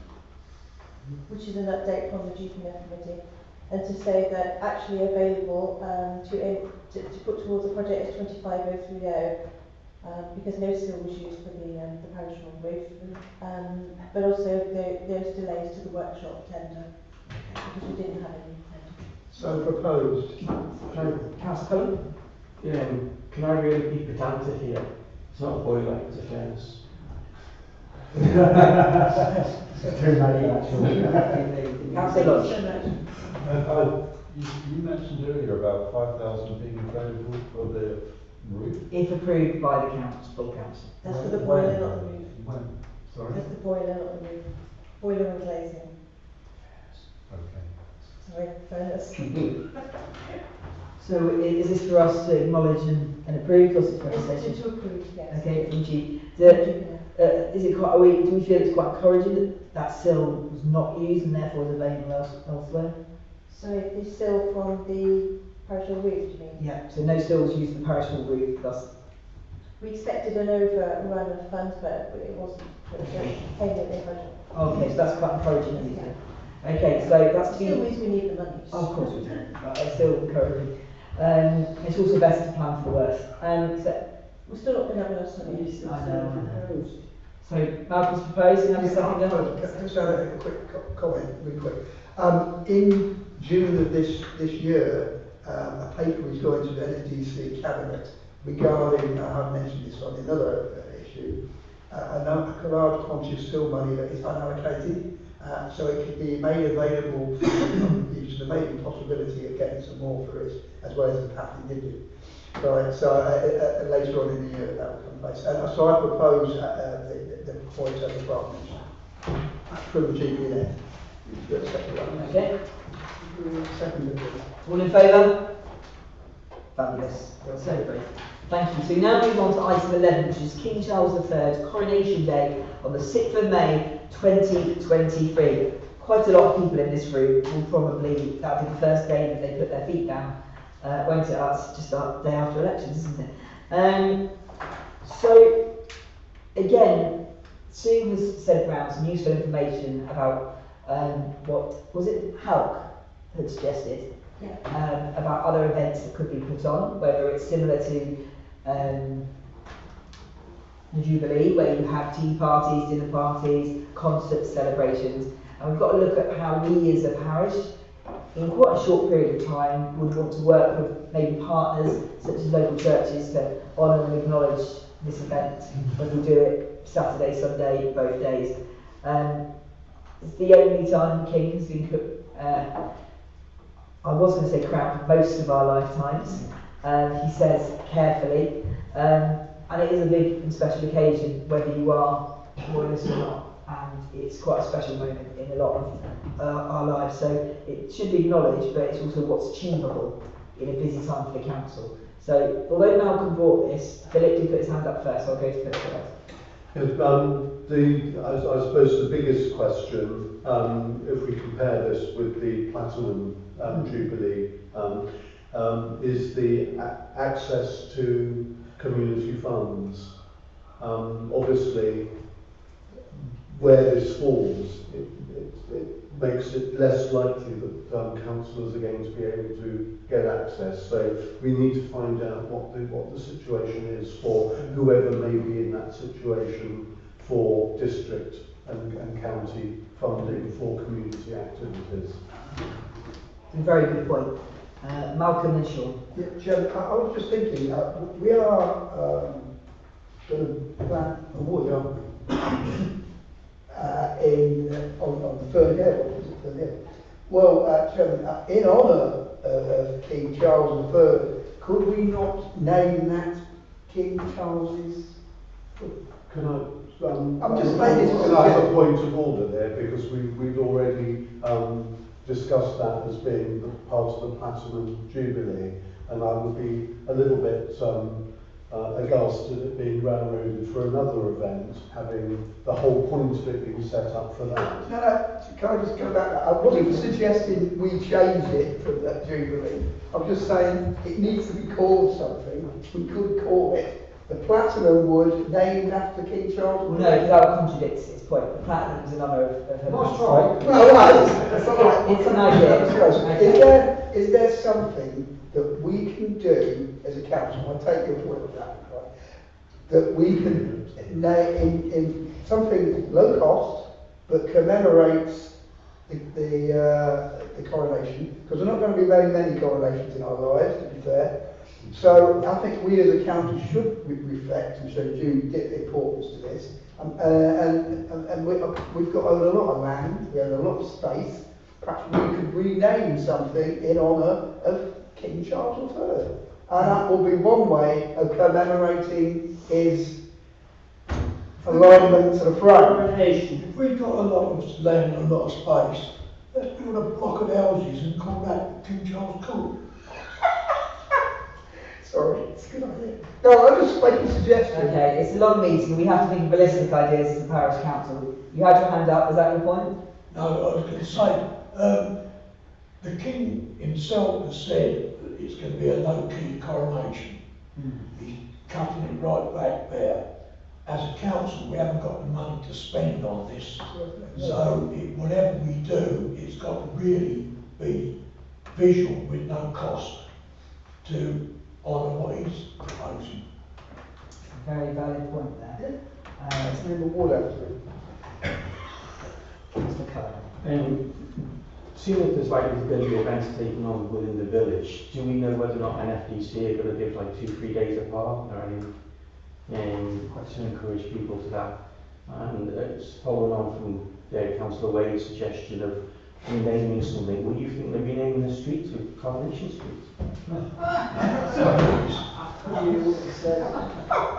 Actually, okay, firstly, I'm going to bring this back to sensible comments. It's not us who name streets, and as I've seen in Haringey, they've renamed a street and it's very expensive. Sadly, someone's already vandalised it, but it costs a huge amount of money to rename the street and the impact on the area, as I understand. And also, I'd be careful about renaming a street because there might be people who live there who will be disappointed about it. Because someone might not be in favour of that. So reality is, I don't think, the challenging thing is we don't have any meetings until the coronation, and yet we really need to speak to other partners who would work with us on what events they're going on. Sue got one. Sue got one, the same Coronation workshop. We're rebuilding the workshop. The King Charles was. In fact, it'll be off. Something glory anyway. Yeah. Spending tons of money. Put a tree there as well if you want to. Just put a plaque on it. So much people bench and the lads where they're lunch. Chairman. Well, whatever we would do, I think it'd be more appropriate to have something that was more, yes, the workshop's council tax money, but is publicly used. Is my council, I appreciate the point, but I think... Yeah, it was just out there, because we're struggling around it. Yes. I'm not struggling, it's not Okay, Malcolm, hand up. To bring it to a quick conclusion, why don't, the reason I suggested this is because we as a parish council should reflect in commemorating some small, low-cost way an event of this magnitude, because the people of Hythe would probably expect us to do something. Can I suggest then that the officers and members have a little think about it, and we bring it to a future GP&F meeting, next one it is, because that's not for another few weeks, or the next council meeting, whichever's easiest. I need ideas in 10 days for the GP. Huh? I need ideas within 10 days. I've got an idea for you. Okay, let's just do that. And do something. Before I bring Maureen in, I'm going to throw my idea for you. A targeted local volunteers tea party in our Charles. Please feel free to poke holes in it. We said you wanted an idea. Held in the parish hall, maybe. So is this councillors doing it? And yeah, and councillors can volunteer. And, I don't think you're going to have any stuffing on that weekend. We can't guarantee stuff, everything's going to no, but just an idea of putting on. I mean, it doesn't necessarily need to be on the weekend. It can be in honour of the event. It can be the weekend after. But I'm just thinking about, a celebratory volunteer tea party. That's What volunteers? Anyway, Alan, Maureen's got a hand up. Maureen, the floor is yours. Right, when I saw this and it said Councillor M. Wend, I thought he'd got a plan for what we should do, right? I was wrong, obviously. The other thing, wouldn't it be a good suggestion, stop laughing, Martin, wouldn't it be a good suggestion to ask the other councils around here what they're putting on? So A, we don't overstep what they're doing, and I don't like this about we haven't got much money, we can't spend much money. We've got a lot of people out in the community out there. Yes, we haven't got much money, and I'm one that try and call things in that I think is a waste of money. But if we find out what Paul is doing, what March was doing, what Tottenham's doing, maybe we could work with them and do something. Or is that a daft suggestion? Not that's No, it's not a suggestion, Maureen, actually. I think I would quite like to know what they're doing. I very much doubt, I imagine that probably what they're doing will be something particular to their areas, but I do welcome what ideas they have. You did suggest something like a party. I mean, okay, we've got the flags, so we need to put bunting up and everything like that. We've got the bunting, not the socks, the blah, blah, blah. But we could give, I don't know, have a queen. Have a queen from the school. You know, like a beauty queen or something. I mean, Sean will be first, isn't you? Seriously, but you haven't got long, or we haven't got long. No, okay, I've got two more suggestions for you. Vicky's, which is the same as Sean's, which is renaming the parish schools. Oh, crumbs, I've got The parish what? You could rename the parish hall. Parish hall. The parish hall's used, isn't it? Yeah, parish hall. And it's a community. But I'm not defaulting to plant your tree, but okay, we're going to have, now, Prince Charles was well known for environmental initiatives, being very green and very proactive and positive on that. And one of the suggestions in the information that Sue shared, community litter pick. So why don't we have a community litter pick? Because it's environmental and linked to Charles and something that is part of what he did as a prince. So what's the problem with that? I was just thinking we commemorate Prince Charles' coronation by picking up rubbish. It's a different spin on it, but it helps the community, it cleans up the community, it's linked to Prince Charles's King Charles cleaner. But he's into recycling, isn't he? He is. It's serious, for God's sake. We should just rename something in his honour, that's all. Well, okay, this will go to GPNF, but I'm going to propose that take that to GPNF. Because it's good for the community, it's linked to what King Charles does, and it's what other communities will be doing. I would like some councils to take this seriously, because it's Brought it up. Alan and Sean. Thanks, Chairman. Just another for GPF to consider, why not be children's party in York Rec? Like we had street parties for the Queen. Yeah. When I was old enough to remember it, and Maureen is as well. I think you would have been old enough to remember it. Yeah. I did what? You was old enough to remember when the Queen's coronation was? I was, yes. Only just. I was there. I wasn't. I was. I remember it. I remember Okay, thank you. street parties, but do it for the kids. Okay. No, I mean, I accept what Maureen was saying about we have got money, we can't look at cost. We have got to look at cost, but a children's party will get the children involved, it will bring the parents in as well. That's right, I agree. Yeah?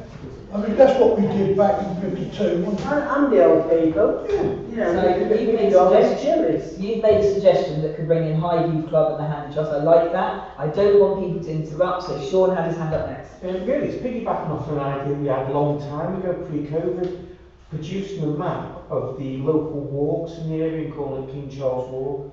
You know, we've got all the pathways through the wooded areas.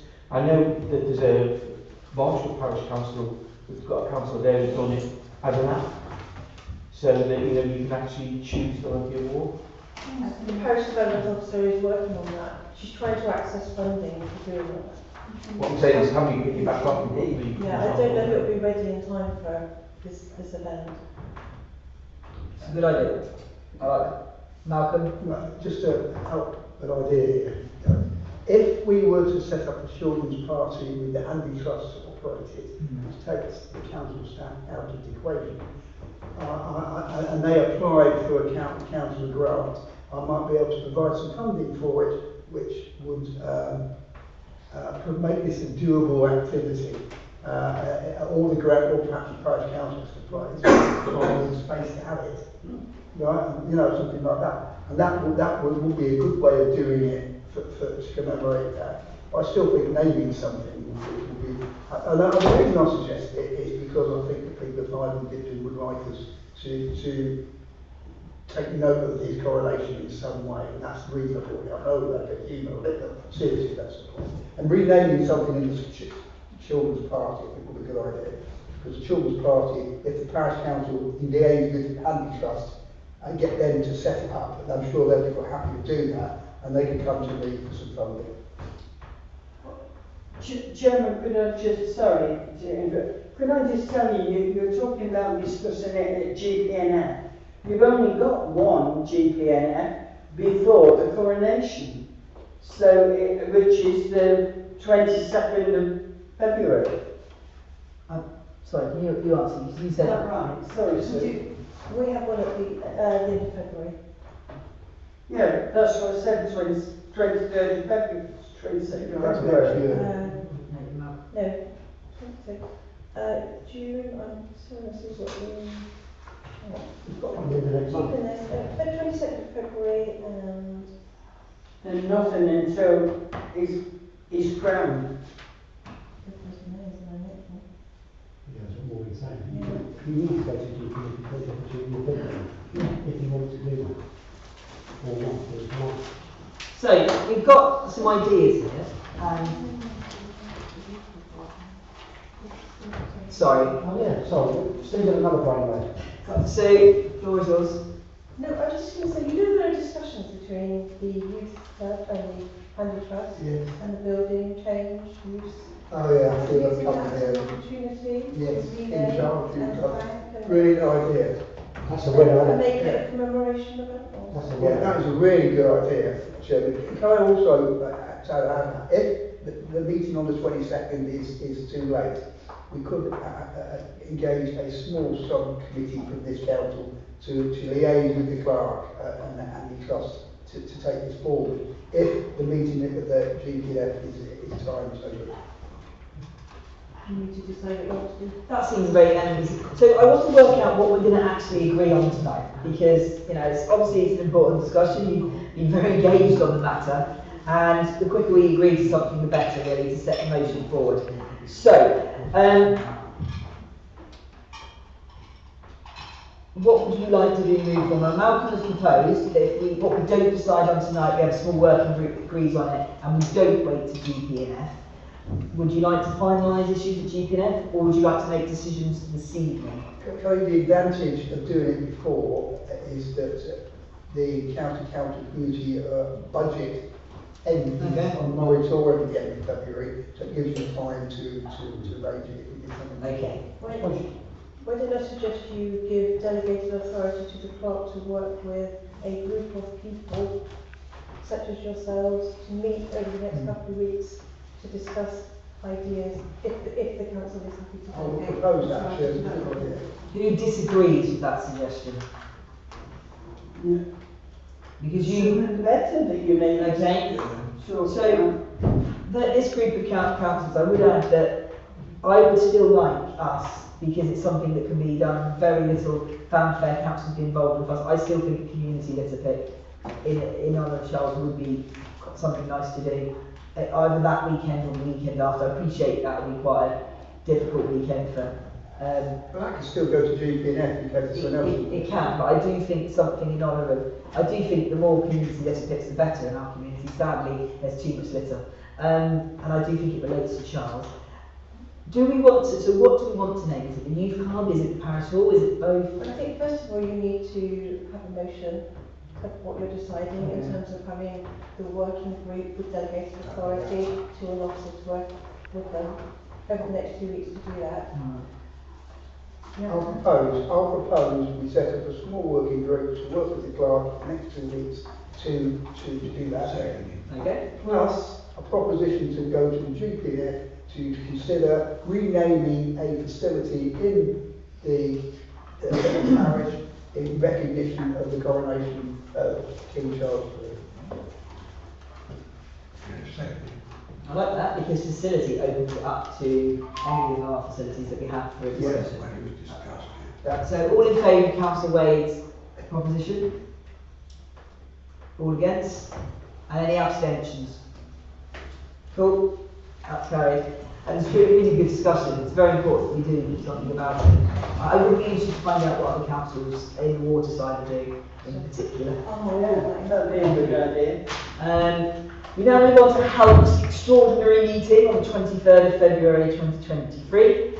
Do we have any queries resulting from the proposal to agree by special resolution to remove the Articles of Association in their entirety and be replaced by new articles? This council previously had no objections to the proposal last autumn and to suggest any member attendance at the meeting if required. I'll be brutally honest with you, I've read it and I've read it again. I can't get worked up on this.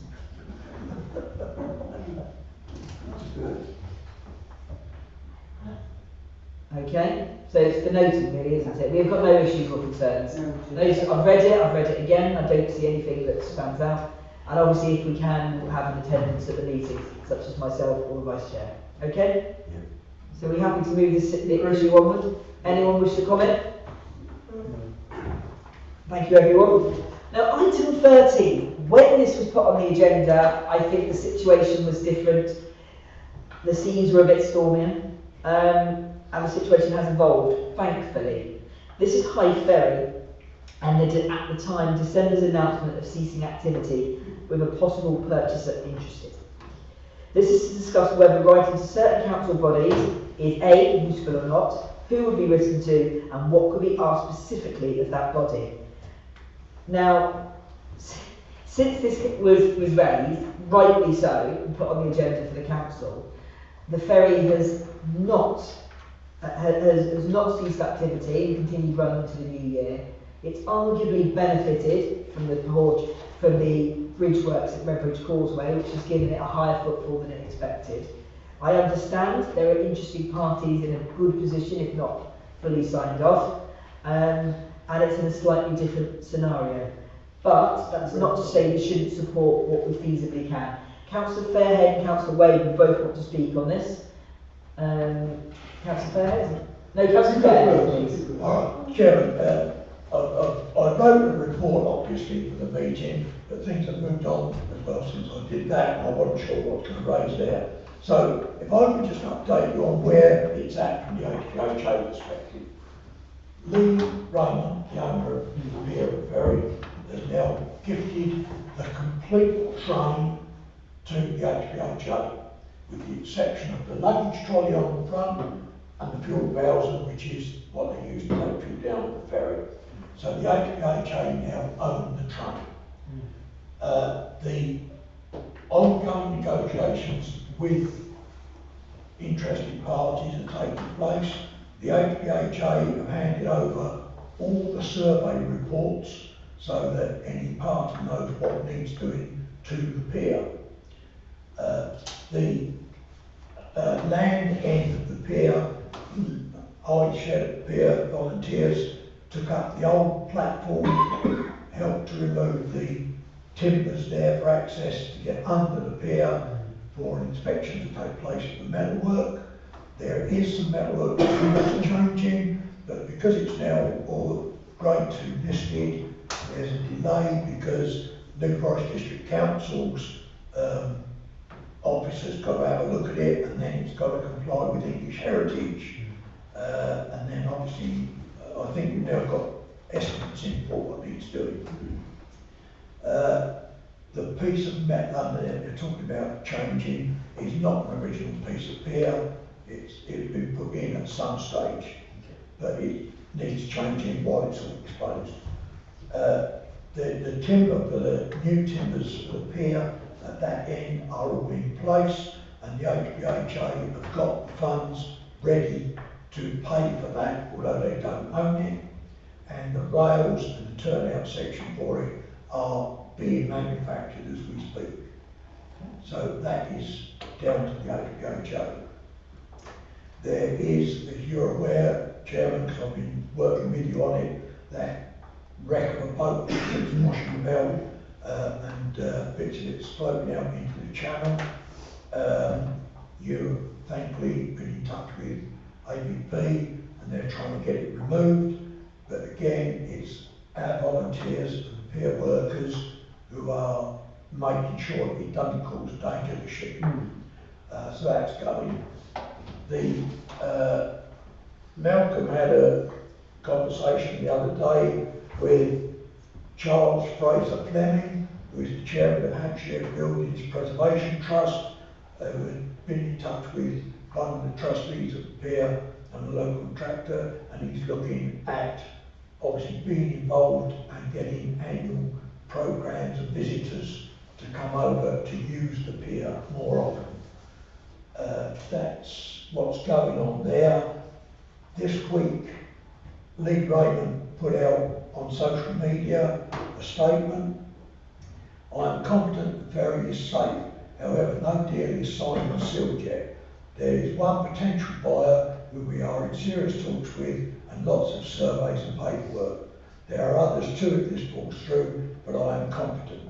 Press releases will be announced as soon as and when, and staff being kept informed as much as possible.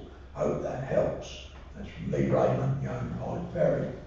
And he's put PS, the new potential owner is ensuring that the ferry does not make a loss in January while talks take place, although I think Redbridge Roadworks are seeing to that. And obviously from where we are, as volunteers, I chair the pier, we see how much the train is being used at the moment. As regards the train is still being renovated because it belongs to the HPHA, not Lee now. So we are in the process of renovating the third carriage. That's well underway. We've still got the steel work on it to get sorted out, and that we've got to see what's going on. The other thing that we've got is that the Rock Pier event, which is the 15th of July, is going to go ahead because that raises funds for the restoration work. So hopefully, once we get what's happening with the pier ferry sorted out, the HPHA can be in talks with the new owners to see what we, the HPHA, can do to carry on assisting what's going on. Thank you very much for the update. Alan Keith from the group Ducat was part of our conversation last night at Waterline Arts Festival. That was really interesting. Thank you for the update. Can you send me your details of the report? Yeah. Okay. Malcolm, do you want to share with the council what you did and what actions you've done in the past? Well, it's a couple of things. First of all, I think we should all pay tribute to the work the HPHA are doing, because having that organisation managing the pier and the train really makes it a really more attractive item to be via, and I think that's important.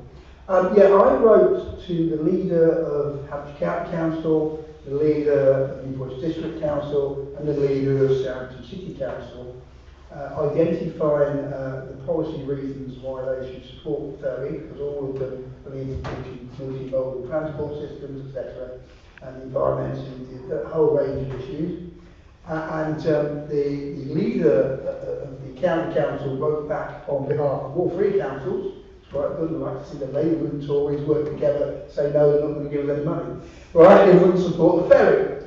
But they thanked me for supporting it. Well, lo and behold, within a week of that, Hampshire County Council decided to start remodelling the causeway, thus proving why the ferry is so important to be in existence, because it's taken people who do not want to spend an hour and a half queuing in the car, they'd rather go over on the ferry, right? So that ought to have an impact on the psyche of the officers, both at Hampshire County Council, Southampton City Council. It probably won't affect anything they're really thinking about transport as much.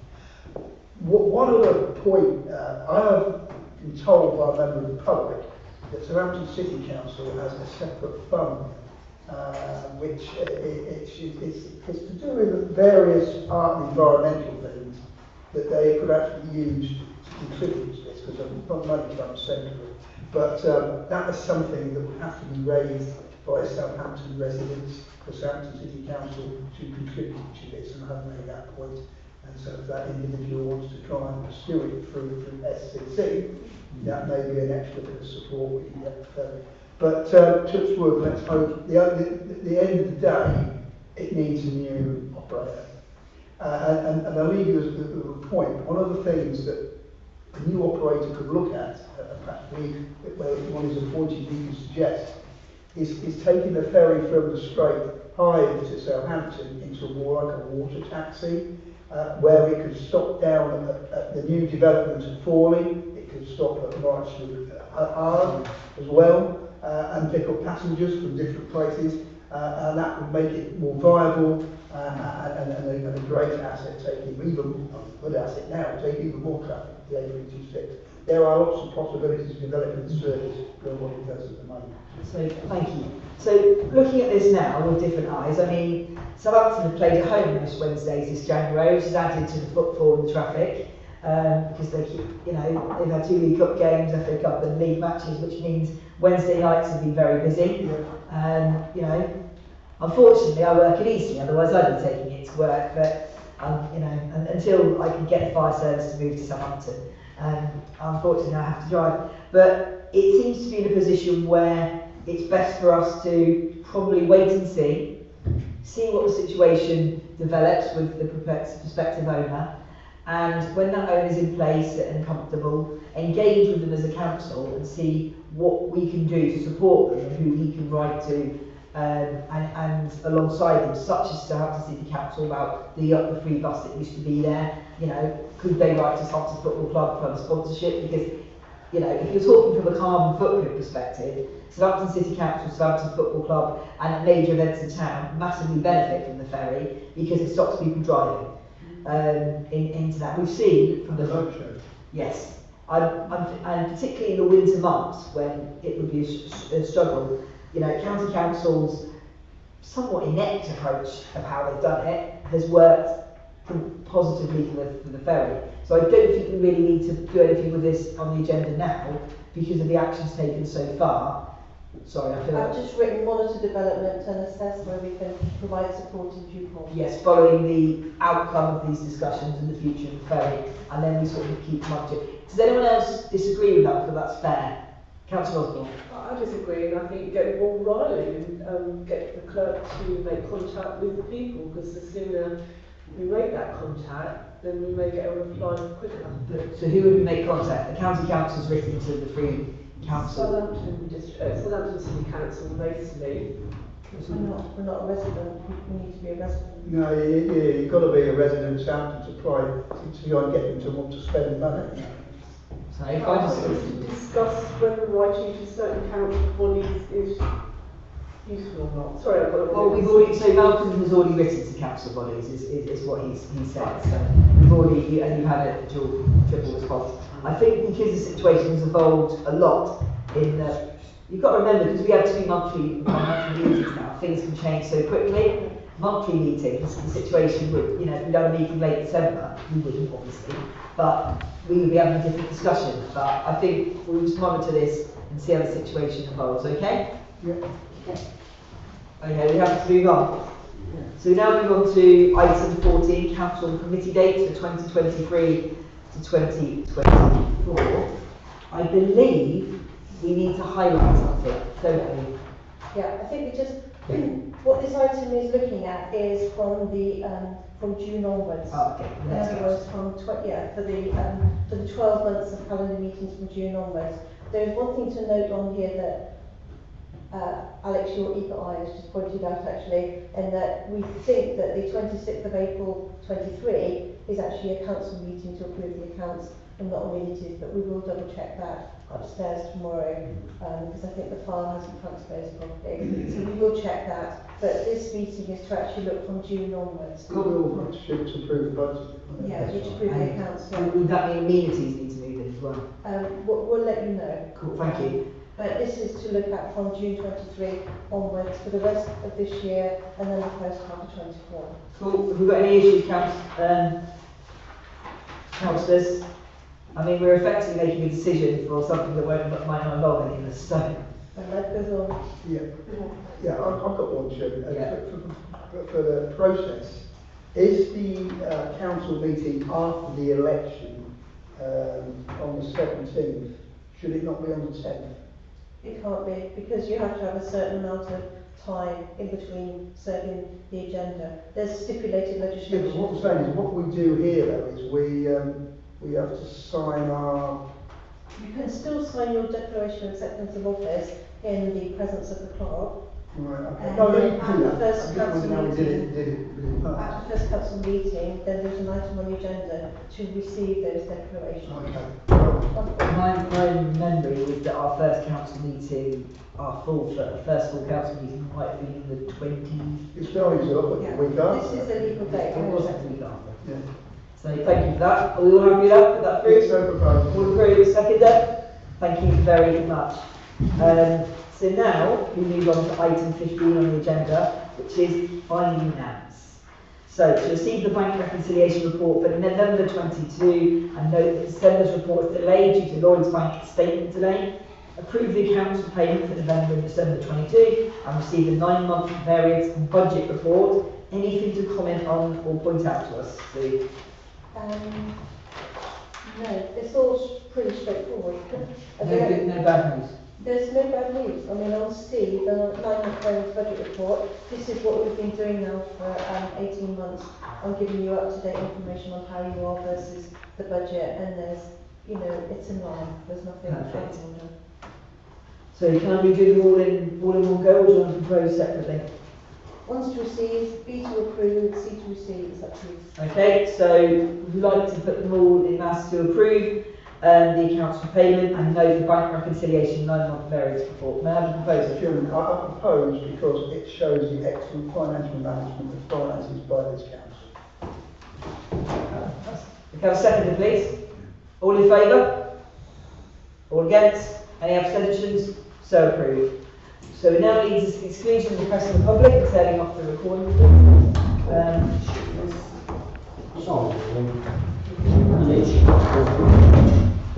You were sent the printout.